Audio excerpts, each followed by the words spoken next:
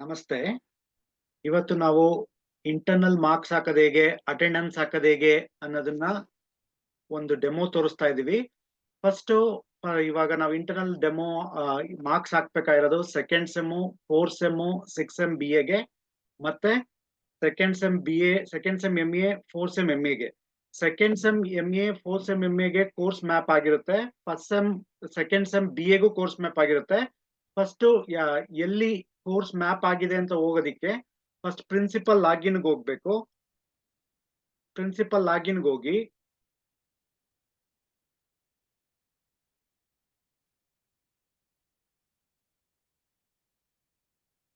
Principal ಲಾಗಿನ್ಗೆ ಹೋಗಿ ಅಲ್ಲಿ ನಾವು ಯಾವ ಎಚ್ ಗೆ ಯಾವ ಸಬ್ಜೆಕ್ಟ್ ಮ್ಯಾಪ್ ಆಗಿದೆ ಅನ್ನೋದನ್ನ ನೋಡ್ಕೊಬೇಕು. ಪ್ರೀವಿಯಸ್ ಇಯರ್ದು ಫಸ್ಟ್ ಸೆಮ್ಮು ಮತ್ತೆ ಸೆಕೆಂಡ್ ಸೆಮ್ಮು 2023-24 ಅಲ್ಲಿ ಮ್ಯಾಪ್ ಆಗಿರುತ್ತೆ. ಅಲ್ಲಿ ಅಕಾಡೆಮಿಕ್ಸ್ ಹೋಗಿ ಕೋರ್ಸ್ ರಿಜಿಸ್ಟ್ರೇಷನ್ ಅಪ್ರೂವಲ್ ಅಲ್ಲಿ ಈ ತರ ಹೋದಾಗ 2023-24 ಸೆಲೆಕ್ಟ್ ಮಾಡಿ. ಫಸ್ಟ್ ಈಗ ಸೆಕೆಂಡ್ ಸೆಮ್ಗೆ ಹೇಗೆ ಹಾಕೋದು ಅಂತ ತೋರಿಸ್ತೀನಿ ಒಂದು. ಆಮೇಲೆ ಫೋರ್ತ್ ಸೆಮ್ಗೆ ಎಂ ಎದು ತೋರಿಸೋಣ. B A bachelor of arts ಅಲ್ಲಿ ಫಸ್ಟ್ ಈ ತರ ವ್ಯೂ ಮಾಡಿದಾಗ ಯಾವ್ಯಾವ ಬ್ರಾಂಚ್ಗೆ ಯಾವ್ಯಾವ ಎಚ್ ಗೆ ಎಲ್ಲಿ ಮ್ಯಾಪ್ ಆಗಿದೆ ಅಂತ ತೋರಿಸುತ್ತೆ. ಇಲ್ಲಿಗ ಸೆಕೆಂಡ್ ಸೆಮ್ ಅಲ್ಲಿ 47 ಸಬ್ಜೆಕ್ಟ್ಸ್ ಇದೆ. ನಂಬರ್ ಆಫ್ ಸ್ಟೂಡೆಂಟ್ ಅಪಿಯರ್ಡ್ ಇದೆ, ಅಪ್ರೂವ್ ಆಗಿರುತ್ತೆ. ಆಮೇಲೆ ಇಲ್ಲಿ approve attendance, approve internal assessment ಅಂತ ಹೋದಾಗ 2023-24 U G bachelor of arts ತಗೊಂಡ್ರೆ ಯಾವ ಎಚ್ ಗೆ ಮ್ಯಾಪ್ ಆಗಿದೆ ಅಂತ ಸಬ್ಜೆಕ್ಟ್ ಹೋಗಿ ಆ ಪರ್ಟಿಕ್ಯುಲರ್ ಎಚ್ ಗೆ ತಗೊಬೇಕು. ಟೋಟಲ್ ನಮ್ಗೆ ಸೆಕೆಂಡ್ ಇಯರ್ ಅಲ್ಲಿ 26 ಸಬ್ಜೆಕ್ಟ್ಸ್ ಬರುತ್ತೆ. ಅವು ಯಾವ್ದಕ್ಕೂ ಇಂಟರ್ನಲ್ ಆಗ್ಸಿಲ್ಲ. ಈಗ ನಮ್ ಕಾಲೇಜಲ್ಲಿ ನಿಮ್ಗೆ ಎಷ್ಟು ಸಬ್ಜೆಕ್ಟ್ಸ್ ಇರುತ್ತೋ ಅದ್ರ ಮೇಲೆ 26 11 ಅದನ್ನ ನೋಡ್ಕೊಂಡು ನೀವು ಅದನ್ನ ಮಾಡ್ಬೇಕು. ಈ 26 ಅನ್ನೋದ್ರ ಮೇಲೆ ಆ ನಂಬರ್ ಏನಿರುತ್ತೋ ಅಷ್ಟಕ್ಕೂ ಇಂಟರ್ನಲ್ಸ್ ಹಾಕ್ಬೇಕು. ಆ ಸಬ್ಜೆಕ್ಟ್ ಎಲ್ಲೆಲ್ಲಿ ಮ್ಯಾಪ್ ಆಗಿದೆ ಅಂತ ಇದ್ರ ಮೇಲೆ ಕ್ಲಿಕ್ ಮಾಡಿದ್ರೆ ಅವಾಗ ನಿಮ್ಗೆ ಸಿಗುತ್ತೆ. ಇಲ್ಲಿ ನಮ್ಗೆ ಡಿಪಾರ್ಟ್ಮೆಂಟ್ ಆಫ್ ಅಲಂಕಾರ ಶಾಸ್ತ್ರದಲ್ಲಿ KN ವೀರಭದ್ರಯ್ಯ ಅನ್ನೋರ ಹತ್ರ ಈ ಕೋಲಾನಂದ, ಕಾವ್ಯ ಪ್ರಕಾಶ, ಮೇಘದೂತ, ಸಂಸ್ಕೃತ ಸಾಹಿತ್ಯ ಇಷ್ಟು ಮ್ಯಾಪ್ ಆಗಿದೆ. ಸೊ ನಾನೀಗ ಒಂದು ಸಬ್ಜೆಕ್ಟ್ಗೆ ಇದು ವೀರಭದ್ರಯ್ಯ ಅವ್ರದ್ದು ಲಾಗಿನ್ ತಗೊಂತೀನಿ. ಅಲಂಕಾರ ಎಚ್ ಡಿ ಅವ್ರದನ್ನ ಇಂಟರ್ನಲ್ ಹಾಕೋದು ಹೇಗೆ, ಅಟೆಂಡೆನ್ಸ್ ಹಾಕೋದು ಹೇಗೆ ಅಂತ ತೋರಿಸ್ತೀನಿ. ಫಸ್ಟ್ ಇದನ್ನ ನೋಡ್ಕೊಬೇಕು ಯಾರಿಗ್ ಮ್ಯಾಪ್ ಆಗಿದೆ ಅಂತ. ಮತ್ತೆ ಒಂದ್ಸರಿ ಮ್ಯಾಪ್ ಆಗಿರೋ ಸಬ್ಜೆಕ್ಟ್ ಇನ್ನೊಂದ್ಸರಿ ಮ್ಯಾಪ್ ಮಾಡಕ್ ಆಗೋದಿಲ್ಲ. ಡಿಜಿಟಲ್ ಫ್ಲೂಯೆನ್ಸಿ ಸ್ಪೋರ್ಟ್ಸ್ ಹೊಸದಾಗಿ ಇಂಟ್ರೊಡ್ಯೂಸ್ ಮಾಡಿದ್ರೆ ಅದೆಲ್ಲೂ ಮ್ಯಾಪ್ ಆಗಿಲ್ಲ. ಅದನ್ನ ಯಾವ್ದಾದ್ರು ಒಬ್ಬ ಎಚ್ ಗೆ ಮ್ಯಾಪ್ ಮಾಡ್ಬೇಕಾಗತ್ತೆ. ಈಗ ಫಸ್ಟ್ ಇದನ್ನ ತಿಳ್ಕೊಂಡಿದ್ ಗೊತ್ತಾಯ್ತು ಅಂತೀನಿ. ಇನ್ನೊಂದ್ಸರಿ ಹೇಳ್ತಾ ಇದೀನಿ. ಫಸ್ಟ್ ಅಕಾಡೆಮಿಕ್ಸ್ ಹೋಗಿ ಅಪ್ರೂವ್ ಇಂಟರ್ನಲ್ ಅಸೆಸ್ಮೆಂಟ್ ಅಲ್ಲಿ ಕ್ಲಿಕ್ ಮಾಡಿದ್ರೆ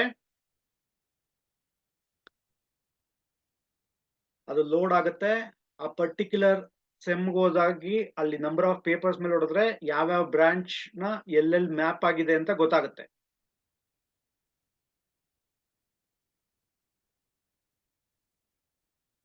ಯಾವ ಬ್ರಾಂಚ್ ಇಂದು ಯಾವ ಸಬ್ಜೆಕ್ಟ್ ಯಾರಿಗ್ ಮ್ಯಾಪ್ ಆಗಿದೆ ಅಂತ ಗೊತ್ತಾಗುತ್ತೆ ಸೆಕೆಂಡ್ ಸೆಮ್ ಇಂದು. ಅದೇ ತರ ಫೋರ್ತ್ ಸೆಮ್ಗೆ ಹೋದ್ರೆ ಅದು ಫಸ್ಟ್ ಟೈಮ್ ಬರೀತೀಯ ಹುಡುಗರು, ಅದಕ್ಕೆ ಅದು ಮ್ಯಾಪ್ ಆಗಿರಲ್ಲ. ಒಬ್ಬೊಬ್ರದನ್ನು ಕೋರ್ಸ್ ಮ್ಯಾಪ್ ಮಾಡಬೇಕು. ಸೊ ಈ ಫೋರ್ತ್ ಸೆಮ್ ಆಗ್ಲಿ ಸಿಕ್ಸ್ ಸೆಮ್ ಆಗ್ಲಿ ಯಾವ್ದು ಮ್ಯಾಪ್ ಆಗಿರಲ್ಲ. ಅದನ್ನ ಆ ಬ್ರಾಂಚ್ ಎಚ್ ಗಳಿಗೆ ನಾವು ಮ್ಯಾಪ್ ಮಾಡ್ಬೇಕು. ಅಲಂಕಾರ ಎಚ್ ಗೆ ಅಲಂಕಾರ ಸಬ್ಜೆಕ್ಟ್ಸ್, ಶಕ್ತಿ ವಿಶಿಷ್ಟ ಅದ್ವೈತ ಬ್ರಾಂಚ್ ಎಚ್ ಗಳಿಗೆ ಶಕ್ತಿ ವಿಶಿಷ್ಟ ಅದ್ವೈತ ಸಬ್ಜೆಕ್ಟ್ಸ್, ಆತರ ಯಾವ ಬ್ರಾಂಚ್ ಇದೆಯೋ ಆ ಬ್ರಾಂಚ್ ಎಚ್ ಗೆ ಮ್ಯಾಪ್ ಮಾಡ್ಬೇಕು. ಫಸ್ಟ್ ಇದನ್ನ ತಿಳ್ಕೊಬೇಕು. ಅದಾದ್ಮೇಲೆ ನಾವು ಇಂಟರ್ನಲ್ ಹಾಕಕ್ ಸಾಧ್ಯ. ಆ ಇಂಟರ್ನಲ್ ಹಾಕ್ಬೇಕು ಅಂತಂದ್ರೆ ಫಸ್ಟ್ ಯಾರಲ್ಲಿ ಮ್ಯಾಪ್ ಆಗಿದೆ ಅಂತ ಗೊತ್ತಾಗ್ಬೇಕು. ನಾನು ಫಸ್ಟ್ ತೋರಿಸ್ದಾಗೆ ಸೆಕೆಂಡ್ ಸೆಮ್ ಅಲ್ಲಿ ಒಂದ್ ಸಬ್ಜೆಕ್ಟ್ ನ ಮ್ಯಾಪ್ ಮಾಡಾಗಿದೆ ವೀರಭದ್ರಯ್ಯ ಅನ್ನೋರ ಹತ್ರ. ಆ ಮ್ಯಾಪಿಂಗ್ ನ ತೋರಿಸ್ತೀನಿ. ಈಗ ಒಂದ್ ಸಬ್ಜೆಕ್ಟ್ ಈಗ ಒಬ್ಬ ಎಚ್ ಡಿ ತಾಂತಾ ಇದೀನಿ ಲಾಗಿನ್. ಒಬ್ಬ ಎಚ್ ಡಿ ಲಾಗಿನ್ ಶಕ್ತಿದೆ ತಾಂತೀನಿ ನಾನೀಗ. ಅದನ್ನ ಕಾಲೇಜ್ ಅನ್ನೋದು ಸೆಲೆಕ್ಟ್ ಮಾಡ್ಕೊಂಡು ಇದನ್ನ ತಗೊಂಡು ಲಾಗಿನ್ ಐಡಿ. ಆ ಲಾಗಿನ್ ನಿಮಗೆ ಗೊತ್ತಿಲ್ಲ ಅಂತಂದ್ರೆ ಕಾಲೇಜ್ ಅಡ್ಮಿನ್ ಲಾಗಿನ್ ಅಲ್ಲಿ ಹೋಗಿ HRM ಅಲ್ಲಿ ಆ ಪರ್ಟಿಕ್ಯುಲರ್ ಕೋಡ್ ಸಿಗುತ್ತೆ ನಿಮ್ಗೆ. ಅದನ್ನ ರೀಸೆಟ್ ಕೂಡ ಮಾಡ್ಕೊಬಹುದು. ಅದು ನಮ್ಗೆ ಗೊತ್ತಿರೋದ್ರಿಂದ ನಾವ್ ಹಾಗೇನೆ ತಾಂತಾ ಇದೀವಿ. ನಾವ್ ಒಂದ್ ಕಡೆ ಮಾಡಿ ಇಟ್ಕೊಂಡಿದೀವಿ ಅದನ್ನ. ನೀವು ಅದಿಲ್ಲ ಅಂತಂದ್ರೆ ನೀವು ಅದನ್ನ ಮಾಡ್ಕೊಬೇಕು. ರೀಸೆಟ್ ಮಾಡ್ಕೊಂಡು ಮಾಡ್ಬೇಕು.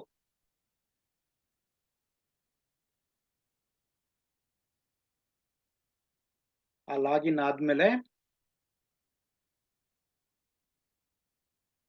ಈ ಪರ್ಟಿಕ್ಯುಲರ್ ಅಲ್ಲಿ ಹೊಸ ಸಬ್ಜೆಕ್ಟ್ ನ ಮ್ಯಾಪ್ ಮಾಡ್ಬೇಕು ಅಂದ್ರೆ ಕೋರ್ಸ್ ಮ್ಯಾಪಿಂಗ್ ಮಾಡ್ಬೇಕು.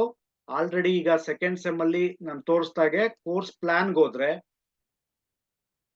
23-24 ಹೋದ್ರೆ ಸೆಕೆಂಡ್ ಸೆಮ್ ಅನ್ನೋ ಹತ್ರ ನಮ್ಮ ಹತ್ರ ಆ ಸಬ್ಜೆಕ್ಟ್ ಗಳು ಮ್ಯಾಪ್ ಇರ್ತವೆ.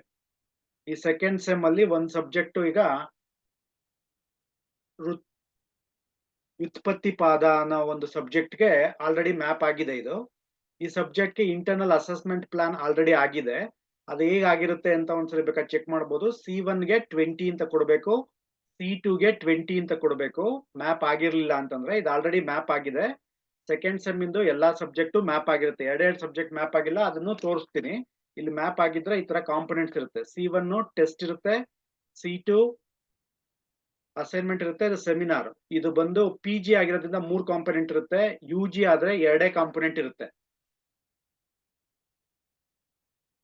ಮತ್ತೆ ಕೋರ್ಸ್ ಪ್ಲಾನ್ ಹೋಗಿ ಇದರಲ್ಲಿ UG ನಲ್ಲಿ ಸೆಕೆಂಡ್ ಸೆಮ್ ನೋಡೋಣ. UG ನಲ್ಲಿ ಸೆಕೆಂಡ್ ಸೆಮ್ ಶಬ್ದ ಬೋಧಾಗೆ ಇಂಟರ್ನಲ್ ಪ್ಲಾನು ಇರುತ್ತೆ. ಅದಕ್ಕೆ ಅಸೆಸ್ಮೆಂಟ್ ಮಾರ್ಕ್ಸ್ ಅಂತ ತಗೊಂಡು C1 ಇದು UG ಆಗಿರೋದ್ರಿಂದ 2 ಕಾಂಪೊನೆಂಟ್ ಇರುತ್ತೆ. ಫಸ್ಟ್ನೇದು ನಾವು ಟೆಸ್ಟ್ ಅಂತ ಸೆಲೆಕ್ಟ್ ಮಾಡಿರ್ತೀವಿ, ಸೆಕೆಂಡ್ನೇದು ಸೆಮಿನಾರ್ ಅಂತ ಸೆಲೆಕ್ಟ್ ಮಾಡಿರ್ತೀವಿ. ಈ 6 ಸ್ಟೂಡೆಂಟ್ಸ್ ನೀವು ರಿಜಿಸ್ಟರ್ ಆಗಿರ್ತೀರಾ, ಅವ್ರು ಬಂದಿರ್ತಾರೆ.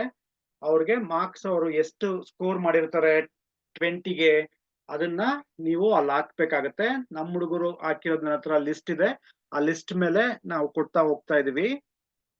ಆದಷ್ಟು 2 ಕಾಂಪೊನೆಂಟ್ ಸೇರಿದ್ರೆ 15 ಮೇಲ್ ಇರ್ಬೇಕು. ಅದಕ್ಕಿಂತ ಕಡಿಮೆ ಬಂದ್ರೆ ಅದು ಫೇಲ್ ಅಂತ ಆಗುತ್ತೆ. ಇದು ಯಾವುದೇ ರೀತಿಯಾದ ಹಾಲ್ ಟಿಕೆಟ್ ಆಗ್ಲಿ ಎಕ್ಸಾಮ್ ಸ್ಟೂಡೆಂಟ್ ಕೂತ್ಕೊಳಕ್ ಆಗೋದಿಲ್ಲ. ಅದಕ್ಕೋಸ್ಕರ ಅಬೌವ್ 15 ಅವರು ತೆಗ್ದಿದ್ರೆ ಅದನ್ನ ಹಾಕ್ಬೇಕಾಗತ್ತೆ.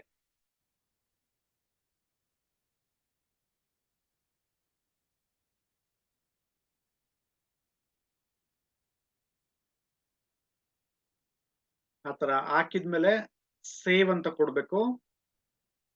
ಅದು ಸೇವ್ ಆದ್ಮೇಲೆ ಒಂದು ಮೆಸೇಜ್ ಬರುತ್ತೆ, ಇಲ್ಲಾಂದ್ರೆ ಅದು ಸೇವ್ ಆಗಿರೋದಿಲ್ಲ. ಅದನ್ನ ನೋಡ್ಕೊಬೇಕು. ಅದು ಸೇವ್ ಆದ್ಮೇಲೆ ಮಾತ್ರನೇ ಮುಂದಕ್ಕೆ ಹೋಗ್ಬೇಕು. ಒಂದ್ಸರಿ ಇಂಟರ್ನೆಟ್ ಈ ತರ ಸೇವ್ ಸಕ್ಸಸ್ಫುಲ್ ಇಂದ ಬಂದ್ರೆ ಮಾತ್ರ ಆಗಿರುತ್ತೆ. ಅಥವಾ ಒಂದು ಕಾಂಪೊನೆಂಟ್ ಹಾಕ್ಲಿಲ್ಲ ಅಂತಂದ್ರೆ ಅವಾಗ ಸೇವ್ ಆದ್ಮೇಲೆ 0.00 ಎಲ್ಲ ಬರುತ್ತೆ. ಇಲ್ಲ ಅಂತಂದ್ರೆ ಅದು ಸೇವ್ ಆಗಿರೋದಿಲ್ಲ. ಅವಾಗ ಇಂಟರ್ನಲ್ಸ್ ಹೋಗುತ್ತೆ, ಒಂದೇ ಕಾಂಪೊನೆಂಟ್ ಆಗುತ್ತೆ. ಸೆಕೆಂಡ್ ಕಾಂಪೊನೆಂಟ್ ಅಸೈನ್ಮೆಂಟ್ ಇರುತ್ತೆ, ಅಲ್ಲೂ ಮಾರ್ಕ್ಸ್ ಹಾಕ್ಬೇಕಾಗತ್ತೆ.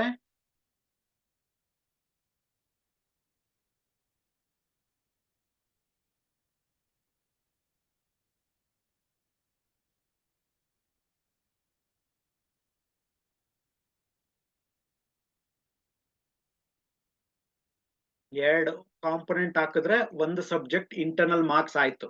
ಆ ಒಂದು ಸಬ್ಜೆಕ್ಟ್ ಇಂಟರ್ನಲ್ ಮಾರ್ಕ್ಸ್ ಹಾಕಿದ್ಮೇಲೆ ಮತ್ತೆ ಕೋರ್ಸ್ ಪ್ಲಾನ್ ಹೋಗಿ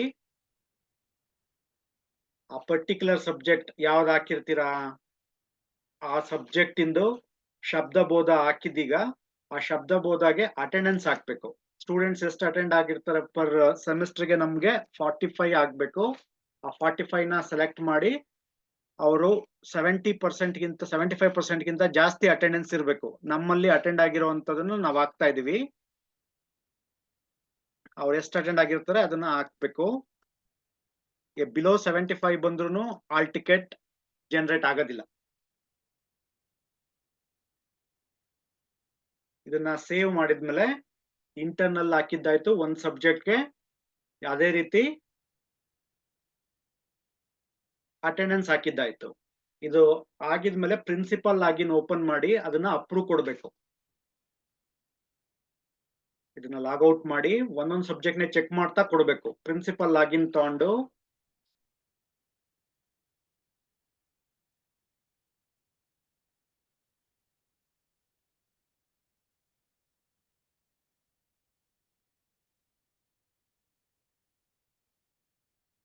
ಅಪ್ರೂವಲ್ ಕೊಡ್ಬೇಕಾಗತ್ತೆ.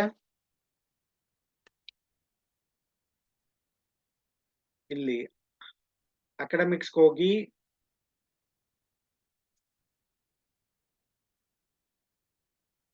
ಇದು ಕಾಲೇಜ್ ಅಡ್ಮಿನ್ ಆಗಿದೆ.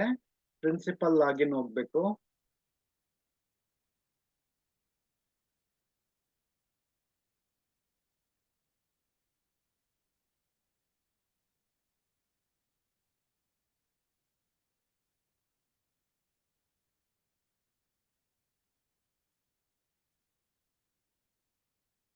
ಪ್ರಿನ್ಸಿಪಲ್ ಲಾಗಿನ್ ಹೋಗಿ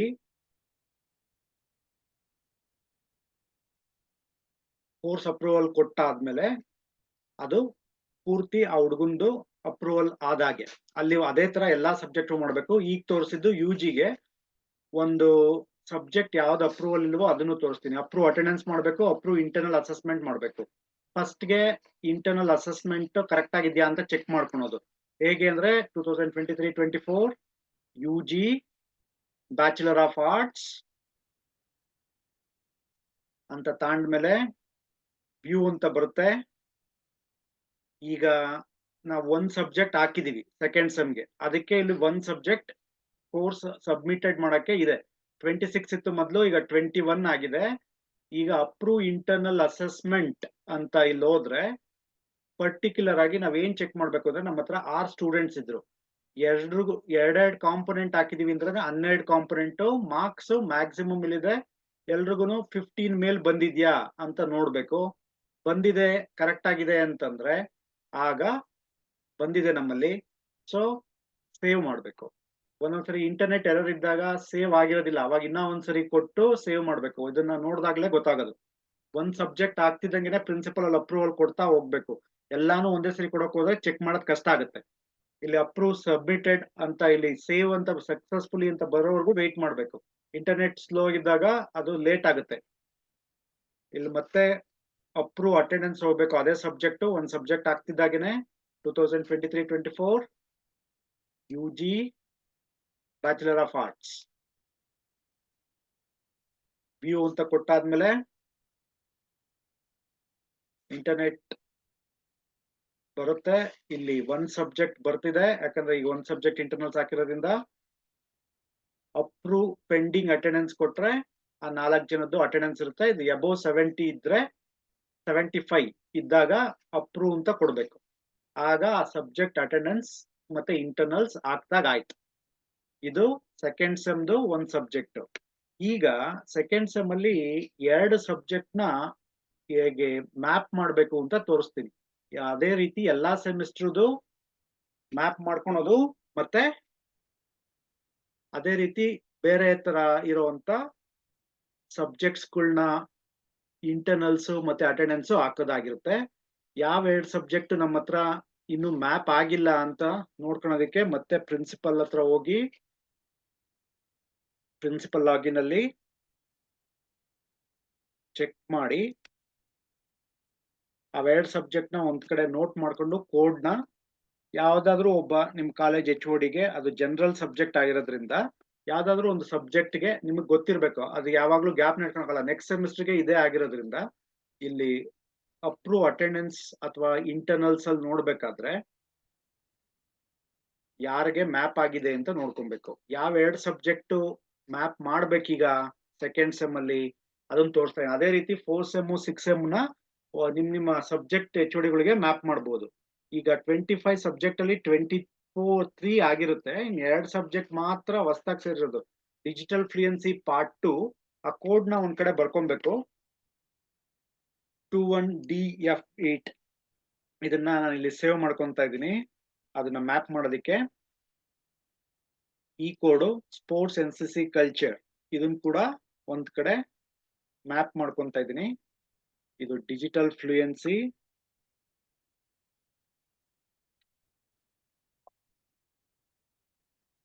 ಮತ್ತೆ ಸ್ಪೋರ್ಟ್ಸ್ NCC ಕಲ್ಚರ್ ಅದನ್ನ ಒಂದ್ರಿಗೆ ಮ್ಯಾಪ್ ಮಾಡೋಣ. ಸ್ಪೋರ್ಟ್ಸ್ NCC ಆ ಸಬ್ಜೆಕ್ಟ್ ಯಾವ್ದದು, ಸ್ಪೋರ್ಟ್ಸ್ NCC NSS ಕಲ್ಚರಲ್, ಅವೆರಡು ಸಬ್ಜೆಕ್ಟ್ ನ ಮ್ಯಾಪ್ ಮಾಡ್ಬೇಕೀಗ. ಆ ಮ್ಯಾಪ್ ಮಾಡೋದು ಹೇಗೆ HOD ಲಾಗಿನ್ ಅಲ್ಲಿ, ಮತ್ತೆ ಅದಕ್ಕೆ ಕೋರ್ಸ್ ಪ್ಲಾನ್ ಮಾಡೋದು ಹೇಗೆ, ಅದಕ್ಕೆ ಇಂಟರ್ನಲ್ ಹಾಕೋದು ಹೇಗೆ ಅಂತ ತೋರಿಸ್ತೀನಿ. ಅಷ್ಟಾದ್ರೆ ಬೇರೆ 4 ಸೆಮ್ಗೂ ಅದೇ ರೀತಿ ನಿಮ್ಮ HOD ಗಳಿಗೆ ಮ್ಯಾಪ್ ಮಾಡ್ಕೊಬಹುದು ಮತ್ತೆ ಲಾಗಿನ್ ಮಾಡ್ಕೊಬಹುದು. ಈಗ ಪರ್ಟಿಕ್ಯುಲರ್ ನಾನೀಗ ಮಾಡ್ತಿರೋದು ನವೀನ ನ್ಯಾಯ ಬ್ರಾಂಚ್ಗೆ ನಾನು ಅದನ್ನ ಮ್ಯಾಪ್ ಮಾಡ್ತೀನಿ. ಆ HOD ಲಾಗಿನ್ ತಗೊಂತಿದ್ದೀನಿ. ಆ ಲಾಗಿನ್ ತಗೊಂಡು ಅವೆರಡಕ್ಕೂ ಮ್ಯಾಪ್ ಮಾಡ್ಕೊಂತೀನಿ.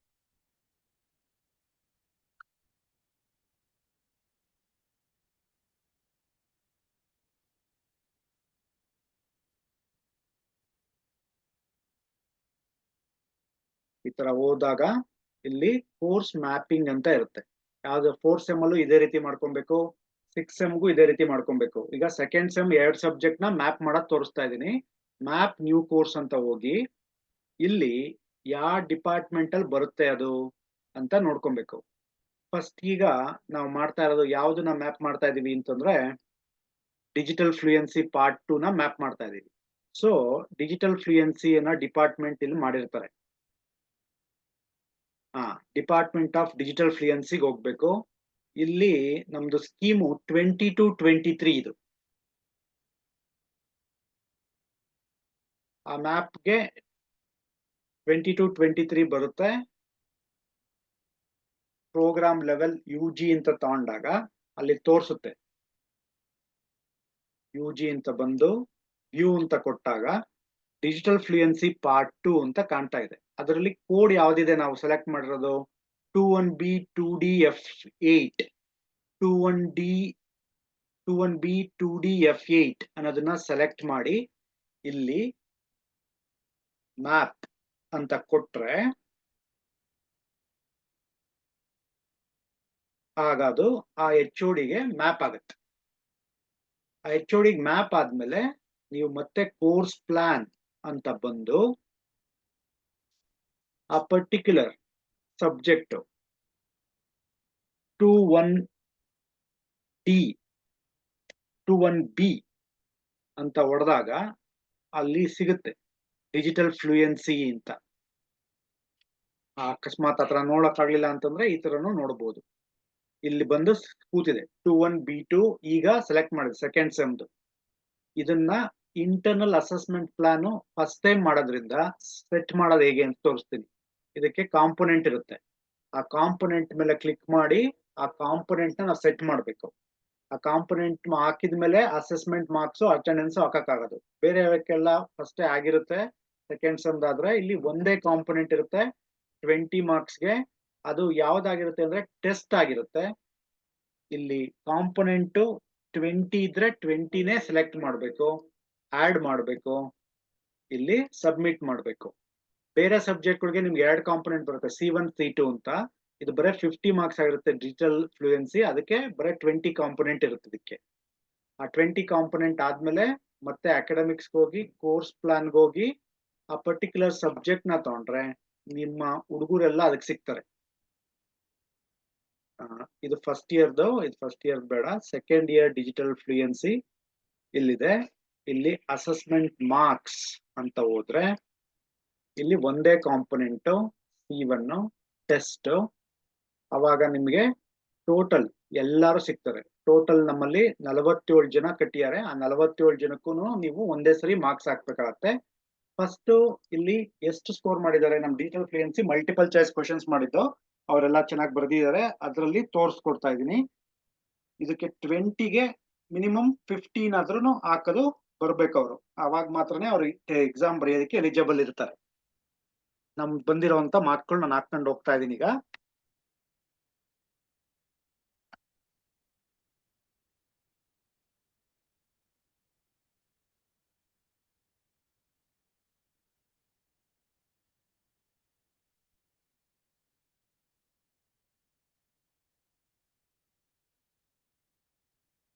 ಇಲ್ಲಿ ಎಲ್ರಿಗೂ ಹಾಕಿದೀವ ಅಂತ ಕರೆಕ್ಟ್ ಆಗಿ ಚೆಕ್ ಮಾಡ್ಬೇಕು ಆಮೇಲೆ.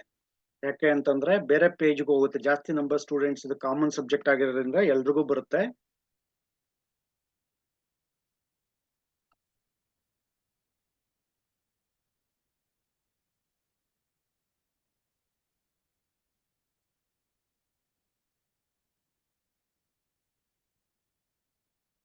ಅದನ್ನ ನೀಟಾಗಿ ಎಲ್ರಿಗೂ ಫಸ್ಟ್ ಇದನ್ನ ಹಾಕಿ 2 ಕಾಂಪೊನೆಂಟ್ ಇರುತ್ತೆ. ಈ ಸಬ್ಜೆಕ್ಟ್ಗೆ ಒಂದೇ ಕಾಂಪೊನೆಂಟ್ ಇರೋದ್ರಿಂದ ಓಕೆ, 2 ಕಾಂಪೊನೆಂಟ್ ಇರೋದನ್ನ ನೋಡ್ಕೊಂಡು ಹಾಕ್ಬೇಕಾಗತ್ತೆ.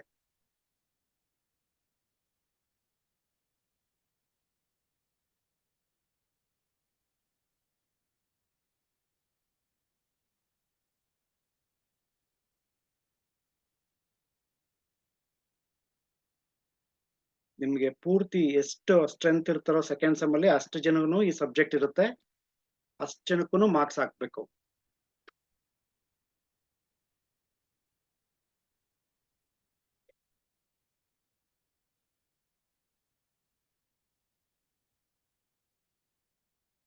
ಆದ್ಮೇಲೆ ಸೇವ್ ಕೊಡ್ಬೇಕು. ಎಲ್ರಿಗೂ ಮಾರ್ಕ್ಸ್ ಹಾಕಿದ್ಮೇಲೆ ಸೇವ್ ಕೊಡ್ಬೇಕು.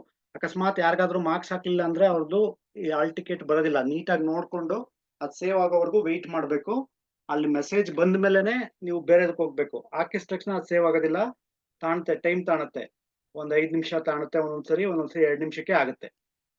ಅದು ಓಕೆ ಅಂತ ಬಂದಾದ್ಮೇಲೆ ನಿಮ್ಗೆ ಈ ತರ 0.00 ಬರುತ್ತೆ. ನಾವು ಬರೀ 18 ಅಂತ ಹಾಕಿದ್ದು ಸೇವ್ ಆಗಿದೆ ಅಂತ. ಇದಕ್ಕೆ ಇಂಟರ್ನಲ್ ಹಾಕಿದ್ದಾಯ್ತು, ಹೇಗೆ ಕೋರ್ಸ್ ಪ್ಲಾನ್ ಮಾಡಿದ್ದಾಯ್ತು.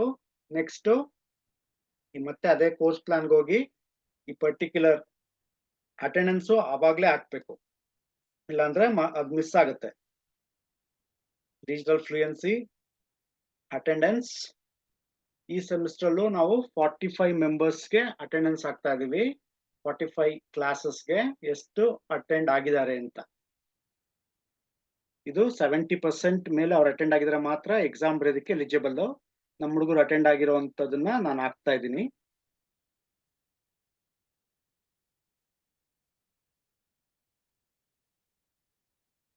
ಅಷ್ಟು ಜನಕ್ಕೂ ಅಟೆಂಡೆನ್ಸ್ ಹಾಕ್ಬೇಕು, ಯಾರ್ದು ಮಿಸ್ ಆಗ್ಬಾರ್ದು.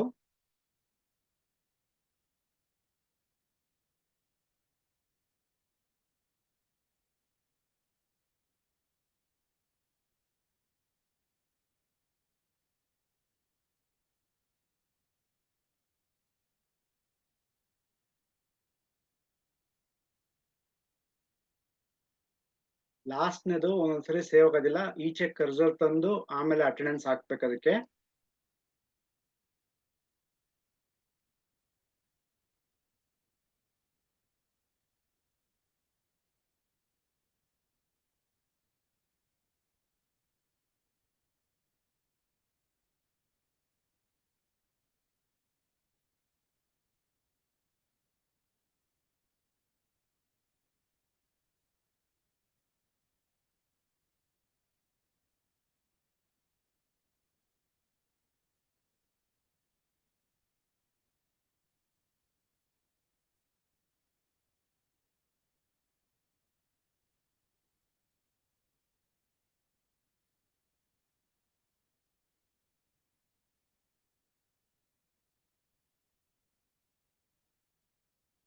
ಪ್ರತಿಯೊಬ್ಬರಿಗೂ ಅಟೆಂಡೆನ್ಸ್ ಕರೆಕ್ಟ್ ಆಗಿದೆಯಾ ಇಲ್ವೋ ಅಂತ ಪ್ರಿನ್ಸಿಪಲ್ ಲಾಗಿನ್ ಅಲ್ಲಿ ಅಪ್ರೂವ್ ಕೊಡಕ್ ಮುಂಚೆ ಚೆಕ್ ಮಾಡಬೇಕು. ಒಂದ್ಸರಿ ಸೇವ್ ಆದ್ಮೇಲೆ ಮತ್ತೆ ಮಾಡೋದು ಆಲ್ ಟಿಕೆಟ್ ಬರ್ದೇ ಇರೋ ತರ ಸಮಸ್ಯೆಗಳಾಗುತ್ತೆ.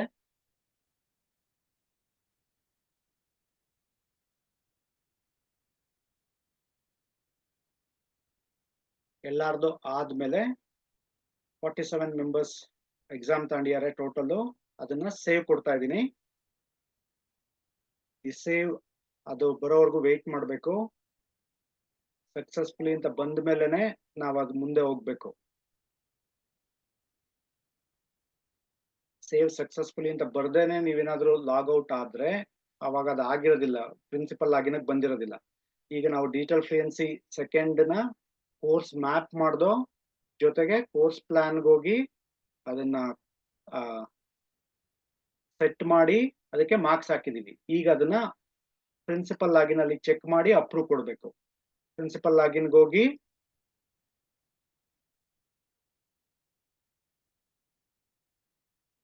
ಯಾವುದೇ ಕಾರಣಕ್ಕೂ ಒಂದ್ 4-5 ಸಬ್ಜೆಕ್ಟ್ ಒಂದೇ ಸರಿ ಮಾಡಿ ಅಪ್ರೂವ್ ಕೊಡಕ್ ಹೋಗ್ಬೇಡಿ. ಏನಾದ್ರು ಮಿಸ್ಟೇಕ್ ಆದ್ರೆ ಗೊತ್ತಾಗಲ್ಲ. ಒಂದ್ ಸಬ್ಜೆಕ್ಟ್ ಯಾವಾಗ ಮಾರ್ಕ್ಸ್ ಹಾಕ್ತಿರೋ ಆದ್ಮೇಲೆ ಪ್ರಿನ್ಸಿಪಲ್ ಲಾಗಿನ್ಗೆ ಆಗ್ಲೇ ಹೋಗಿ ಅಪ್ರೂವ್ ಕೊಡಿ, ಚೆಕ್ ಮಾಡಿ. ಇದಕ್ಕೆ C1 ಕಾಂಪೊನೆಂಟ್ ಇರುತ್ತೆ, ಮ್ಯಾಕ್ಸಿಮಮ್ ಬೇರೆ ಸಬ್ಜೆಕ್ಟ್ ಗಳಿಗೆ C2 C3 ಇರುತ್ತೆ. ಅಕಾಡೆಮಿಕ್ಸ್ ಅಲ್ಲಿ ಅಪ್ರೂವ್ ಇಂಟರ್ನಲ್ ಅಸೆಸ್ಮೆಂಟ್ ಹೋದ್ರೆ 2023-24 UG ಬ್ಯಾಚುಲರ್ ಆಫ್ ಆರ್ಟ್ಸ್ ಈ ತರ ಹೋದಾಗ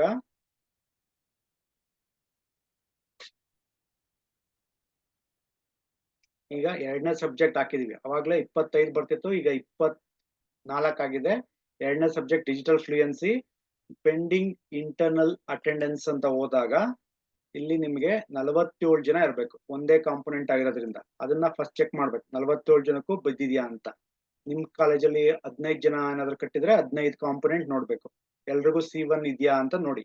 ಅದಾಗಿದೆ, ಕರೆಕ್ಟ್ ಆಗಿ ಮಾರ್ಕ್ಸ್ ಇದೆ. ಇವಾಗ ನಮ್ಮಲ್ಲಿ ಕರೆಕ್ಟ್ ಆಗಿ ಆಗಿದೆ. ಅವ್ರದ್ದು ಮಾರ್ಕ್ಸ್ ಎಲ್ಲ ಎಬೋ 15 ಇದೆ. ಸೊ ಅಪ್ರೂವ್ ಅಂತ ಕೊಟ್ಟು ಎಸ್ ಅಂತ ಕೊಡ್ಬೇಕು.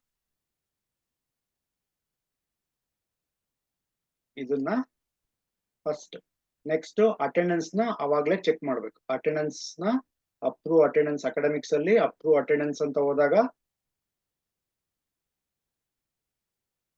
UG ಬ್ಯಾಚುಲರ್ ಆಫ್ ಆರ್ಟ್ಸ್ ಯು ಅಂತ ಕೊಟ್ರೆ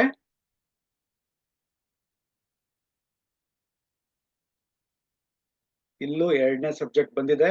ಇಲ್ಲಿ ಪೆಂಡಿಂಗ್ ಅಟೆಂಡೆನ್ಸ್ ಅಂತ ಹೋದಾಗ 47 ಜನಕ್ಕೂ ಅಟೆಂಡೆನ್ಸ್ ಬಂದಿದ್ಯಾ ಅಂತ ನೋಡ್ಬೇಕು. ಯಾಕಂದ್ರೆ 47 ಜನ ನಮ್ಮಲ್ಲಿ ಕಟ್ಟಿದ್ದಾರೆ, 47 ಜನಕ್ಕೂ ಅಟೆಂಡೆನ್ಸ್ ಬಿದ್ದಿದೆ. ಸೊ ಎಬೋವ್ 75% ಇದೆಯಾ ಅಂತಾನು ನೋಡ್ಬೇಕು. ಅವಾಗ ಇದೆ ಅಂತಂದ್ಮೇಲೆ ಅಪ್ರೂವ್ ಅಟೆಂಡೆನ್ಸ್. ಅಕಸ್ಮಾತ್ ಏನಾದ್ರು ಬೈ ಮಿಸ್ಟೇಕ್ ಆಗಿ ಕೊಟ್ಟಿಲ್ಲ ಅಂದ್ರೆ ಅದನ್ನ ರೀಡೂ ಮಾಡಿದ್ರೆ ಮತ್ತೆ ಅದು ವಾಪಸ್ ಹೋಗಿ ಹಾಕ್ಬೋದು.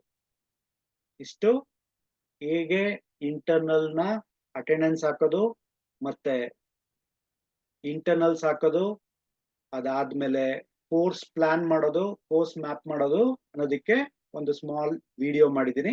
ಇದು ನಿಮ್ಗೆ ಇಷ್ಟ ಆದ್ರೆ ಇದನ್ನ ಲೈಕ್ ಮಾಡಿ ಮತ್ತೆ ಶೇರ್ ಮಾಡಿ. Thank you.